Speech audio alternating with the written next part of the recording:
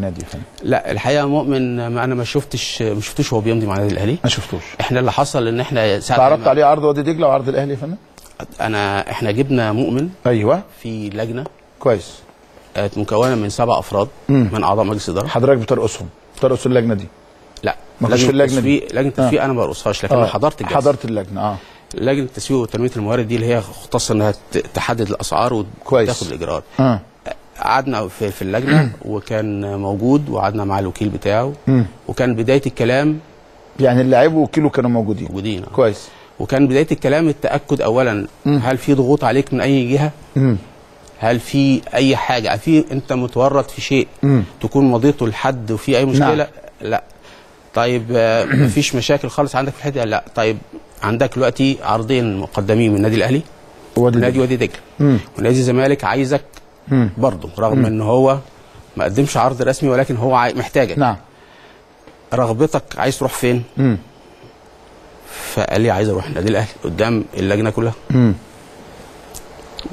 طيب انت متاكد؟ امبارح كنت بتلعب في نادي الزمالك. نعم وجايب جون وتمام و100 وهتروح طب في اي حاجه مضغوط عليك فيها؟ قال لي لا انا مفيش حاجه خالص وعايز اروح النادي الاهلي قدام بقول حياتك كلنا. كويس. طيب هل انت حصل يعني اتصال او موافق على العرض اللي مع النادي الاهلي؟ ما انا برضو اللعيب بتاعي مش هرميه يروح في حد يديله حاجه صحيح. اقل مما يستحق يعني. قال لي لا انا راضي والموضوع كله تمام. اتفضل حضرتك امضي. على الرغبه كتبها بايده الراجل وقال ان هو جاله 3 عروض من الاهلي. ده هو اللي كتب كده مش ارغب في الرعب للنادي الاهلي. لا ده انا جالي 3 عروض من الاهلي والزمالك وادي دجله بخط ايده وارغب في اللعب النادي الاهلي دون سواه من الانديه الاخرى. ده مؤمن زكريا بايده ومضى وبصم وبناء عليه اتخذ القرار. يعني رغبه اللاعب بنحترمها جدا. حاولنا مع النادي بقدر الامكان ان احنا ما يخرجش من النادي اللي هو بيلعب فيه. يعني انتوا فعلا كانت الاولويه حتى اللحظه الاخيره رغم ان الزمالك لم يتقدم بعرض رسمي انه يروح نادي الزمالك. لو كانت رغبه اللاعب لو مؤمن اصر ان هو عايز نادي الزمالك كنت هتخش انت بقى في مفاوضات مع الزمالك؟ كنت هروح للمستشار مرتضى منصور مكتبه. فعلا دي رغبه.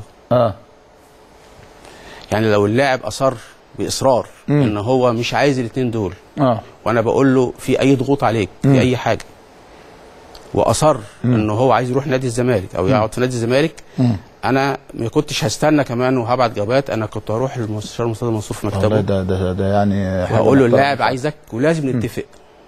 لازم نتفق. ازاي بقى؟ هنشوف. لكن رغبه مؤمن حسمت الامر بالنسبه لحضرتك امام لجنه التسويق. هل في هذا التوقيت تلقيت اتصال من اداره النادي الاهلي يا فندم؟ انا اتصال النادي الاهلي انا تلقيت يعني حضرتك لما اتكلمت مع حضرتك في التليفون. أيوة. في التليفون وقلت ان المجال مفتوح زي ما بقول لحضرتك. هم كانوا بعدين خالص على الموضوع فعلا. يعني ممكن يكونوا كانوا بيفاوضوا وكيل الولد لكن اداره النادي ما كانتش موجوده. يعرفوا رغبته او حاجه الله اعلم. لكن انا بعد الموضوع